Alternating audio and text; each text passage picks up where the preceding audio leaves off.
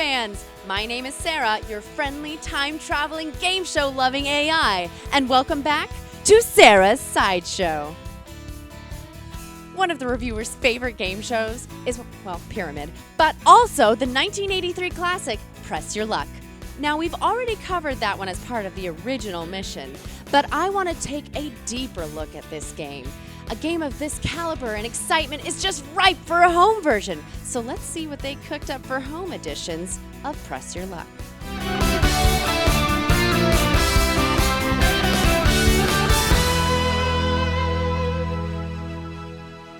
Caveat here, we're only looking at official game releases. There have been a few fan-made games, and not gonna lie, they are pretty spectacular and faithful to the show. But let's see what was officially released as a home edition. We start off in 1988, a mere 2 years after this show went off the air. This edition was developed by Peterson Systems Incorporated, or PSI, and published by GameTech Inc. And it looked like, well...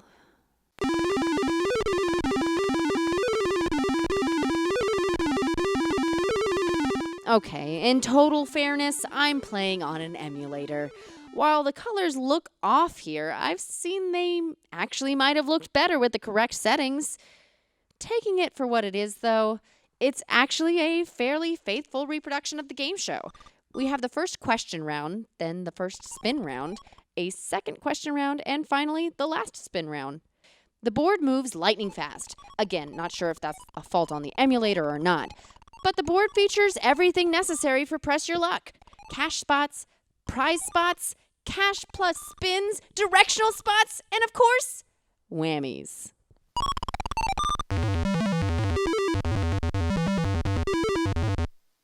Yeah, not the best animation. In fact, probably one of the worst. But for a video game made in 1988, gotta give them props for including it, at least. The sound, by the way...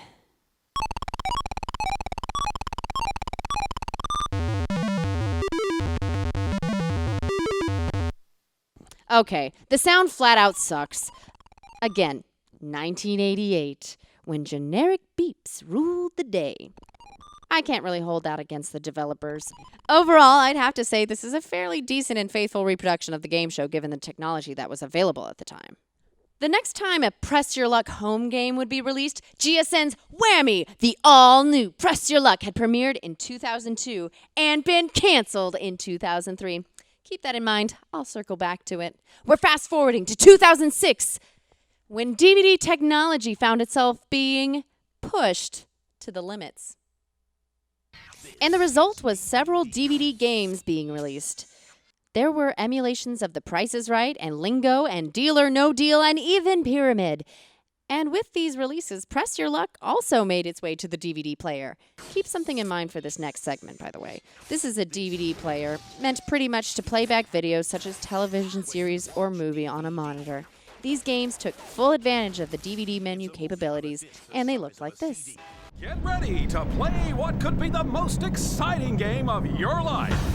Live in your own living room, it's time to Press Your Luck. And now... Okay, so we don't have the classic Press Your Luck theme here. Heck, I'm not sure what that music is. Sounds like generic techno music to me, actually.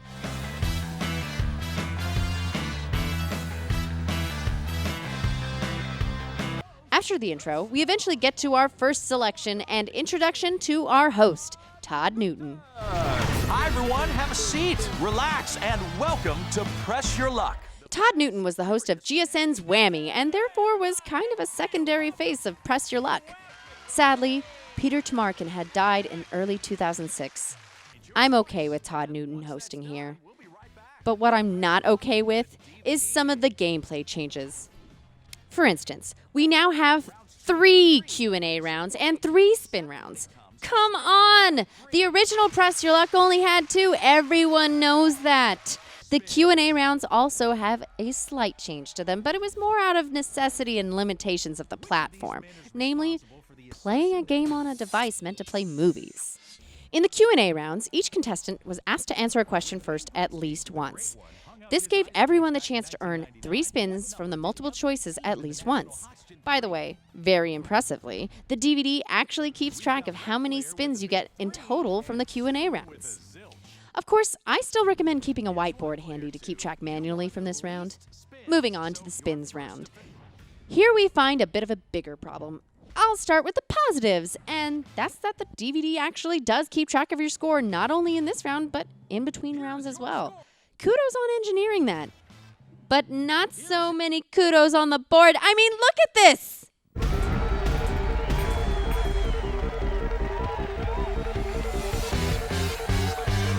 You've got between 3 to 5 squares illuminated at any given time.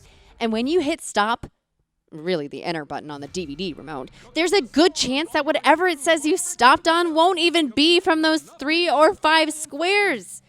Basically, I think this part is just for show, as the prizes and whammies have probably already been predetermined. Oh, right. Remember the mechanics of passing spins that led to moments like this? Laurie, you have 18,235. What are you going to do with the spin? It's back to Kathy. $30,408. Kathy, compose yourself. You have one spin you have to take again. Because that's a mechanic that's impossible to replicate on a DVD menu system, we instead have a different kind of system. Here, you can pass spins regardless of whether they're earned or passed to you. However, you only have the option of passing once per round. Personally, I'd prefer to have the proper mechanic at work here, but again, due to limitations of the platform, I'll give it a pass. The whammy animations are probably the best part, but they aren't as limited in animation here as they were on the original show. And they sound kind of bored, to be honest.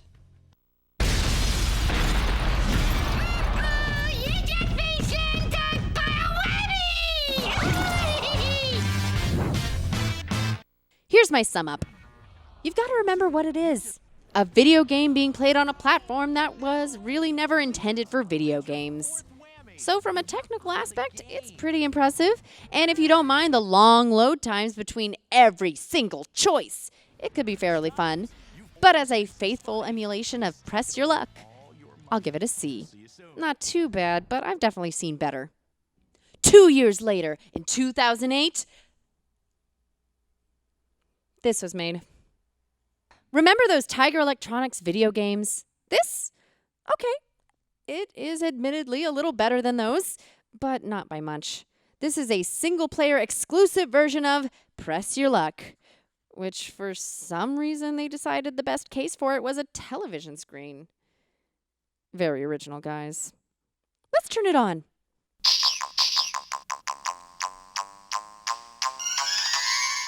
Ooh, so close.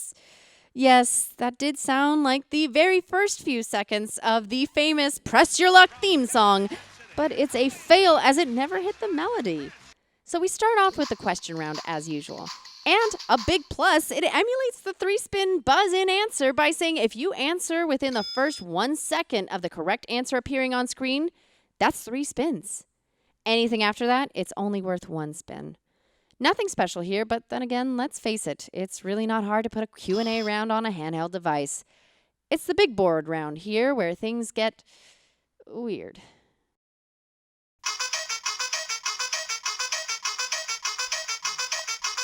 Again, only a second or two of the famous spin sound looped to hell, and, well, it just sounds weird to me like that. By the way, you'll notice how the board is spinning, and that the board isn't in its famous square shape. If we're going to take this device at face value, then yeah, I can understand why it was made like this. So my question becomes, why did it have to look like this? Would it really have killed your profit margin to make the board a square? Good gravy, even your promotional material for this game shows the board in its more familiar configuration. I'll give you a pass in that the slides can't rotate, hence the extremely generic graphics printed. Except for that one, oddly. Another odd thing, like the DVD game, I can't tell if the board spin is just for show or not, as it seems like the moment I hit the button, it jumps to another square.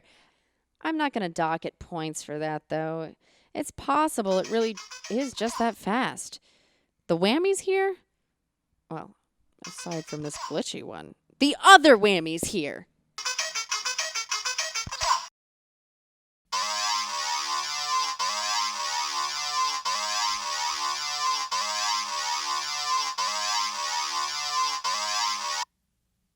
Oh, that's original. Just play the whammy foghorn over and over and over. But for what they had to work with in terms of screen resolution, the animation is fairly decent. Oh, by the way, I know we're adjusting for inflation here, but how is it possible I'm getting these kinds of scores? These are numbers that were unheard of for even Whammy. Well, except for those lucky contestants with the last name of Larson. Like I said, it's a single-player game, so you can choose to stop either spin round at any time. There is a caveat for the first round, though, and that's if you choose to stop spinning, those spins will carry over into round 2.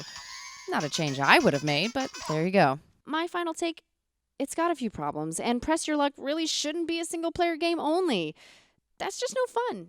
It removes all the strategy from the game. Overall, not a bad effort, but I think it could have been done better. Okay, so it's now 2010, and it's finally time to release a genuine Press Your Luck video game. No more excuses. This is a genuine video game on a genuine video game console. In my case, the Nintendo Wii. Let's see how they fared.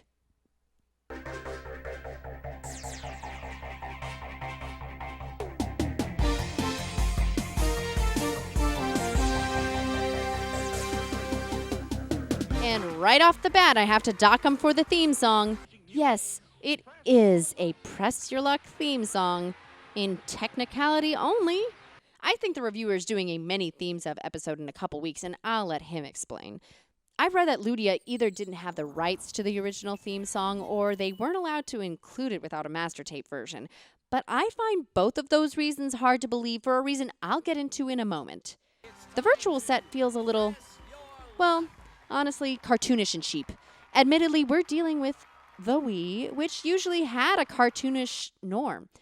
Which reminds me, I can't wait to see my Mii avatar on this set. Here's our first question. Which famous fighter appeared in the film Requiem for a Heavyweight? Oh, come on! This was absolutely set up for the Mii avatars! Instead, we get generic character models? Only 12 of them? And only their wardrobe is customizable? As we move into the Q&A round, what the hell? Weird, okay. So like I was going to say, our host/announcer is nowhere in sight. What? And not Todd Newton? I must ask, why? Like I said earlier, he's the secondary face of Press Your Luck. Why on earth would you not have Todd Newton hosting? The host we do have, who's doubling as both host and announcer, just seems to be downright boring and repetitive. For instance, you don't need to wish someone good luck on every single answer. Let's hope it's good. Do you have an answer for us? Good answer. Player 3, your answer? Let's hope it's good. This guy feels a little too generic. Anyways, the Q&A rounds. I would have loved for there to have been a proprietary accessory for this game to be a big red button like the classic show. Instead, you have to swipe down with the remote to buzz in. It feels weird not to hit something. And my understanding is the other console versions had buttons on the controllers that controlled the buzz in. Anyways, you get a choice of 4 possible answers when you buzz in, and 3 when you don't. Admittedly, I wish you could actually give an answer, but typing it out is sometimes a bit cumbersome. And if you don't spell it correctly, it could get messy quickly. With that one exception, this round is pretty much identical to the TV version. Let's go to the big board. Spins and bucks. Let's head to the big board. Okay. Hold on a second. This is what I was talking about. Listen again to when the set is spun around. Spins and bucks. Let's head to the big board. What's that I hear? Why, it's the original theme song. So, someone please explain to me how it's possible that they did have it and could use it here, but did not have it or could not use it as the theme song for the game proper. And I know, by the way, that the PS3 version has the original theme song, but it's a bizarre remix and it's not really the original theme song. Okay, back to the game. So after the host takes his precious time explaining the round, after hearing him explain it out earlier, the spins can finally start.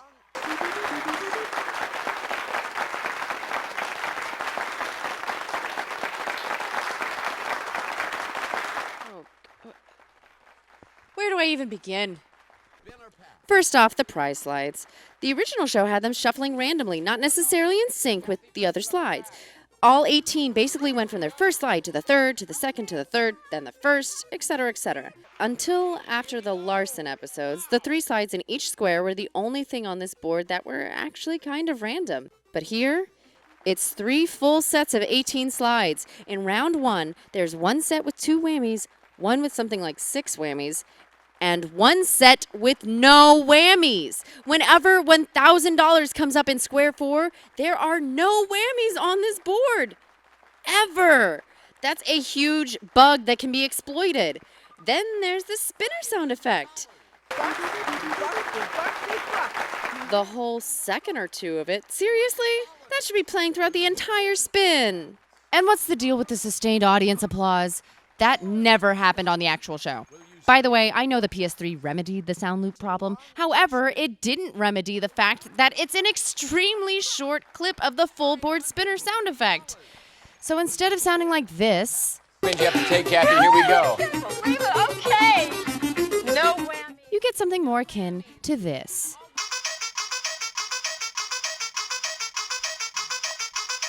And the sad part is, I think the handheld version sounds better. Finally, and I noticed this in the Q&A section too, someone forgot to tell these avatars you only hit the button once. Repeatedly hitting the button like they are doesn't look like they're excited and tense. It looks like they're clueless about the game. At least all of the mechanics of the gameplay seem to be intact, such as being forced to play spins passed to you. Going back to the second Q&A round. Are my settings screwed up? Oh, that was weird. Okay. The second Q&A round is pretty much identical to the first one.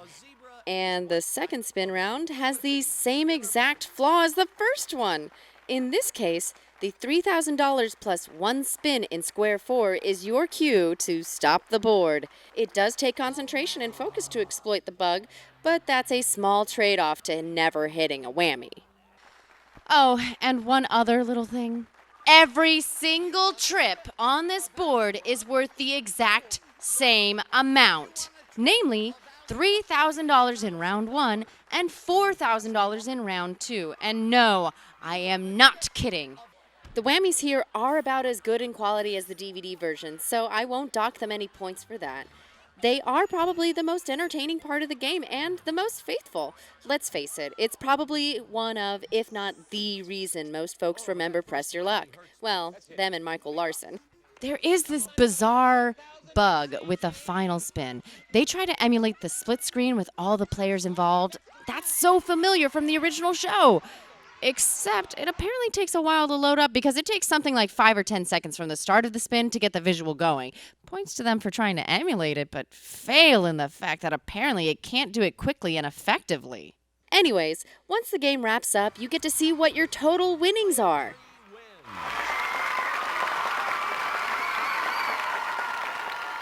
Oh, that's what that was supposed to be? The round 1 and the round 2 graphics were supposed to be standing out from the background. Too bad it didn't happen. And how about all that cash you just won? Can you unlock something cool like video clips from the series? Nope. It's just as useless as the points in a Mario game. But wait, they did include some incentive for replay. This bizarre track of 20 episodes to play through. And for each episode you clear, new clothes for your player model are unlocked. Yes, seriously, that's the grand replay value here. And why the heck are shoes even an option? My final thoughts in a moment. But first, a question. Game show fans are pretty nitpicky folks sometimes. In fact, I think the only fans more nitpicky than game show fans are sci-fi fans. So you'd expect the fan base to be highly critical over whether or not things look right and function correctly. Assuming for a moment the reasons why some things look and sound off, such as the theme song and the board spinner, was due to lost tapes and legal beagle reasons for a show that's over 30 years old.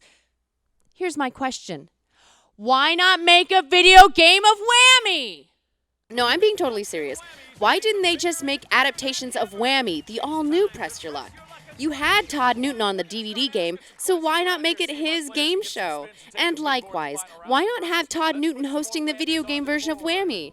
I'm not going to speak to legality here, but I'm pretty sure you wouldn't have a problem with master tapes. Hell, you could even reuse the exact same Whammies from the show. In my opinion, if this were an adaptation of Whammy instead of Press Your Luck, it probably would have fared better critically. Instead, it's usually looked at as a flopped, rushed gimmick product made exclusively with the purpose of making money. Which, let's be honest, it's usually the only reason to make a video game. Well, I hope you've enjoyed my little retrospective of the Press Your Luck video games. And as the captain likes to remind you, you can see all things game show reviewer related at the website right there. Not to mention we have the Facebook page available at this address right here. And there's also a Twitter feed at that handle right there. My name is Sarah, your friendly time-traveling game show loving AI, saying thanks for pressing your luck. Bye-bye.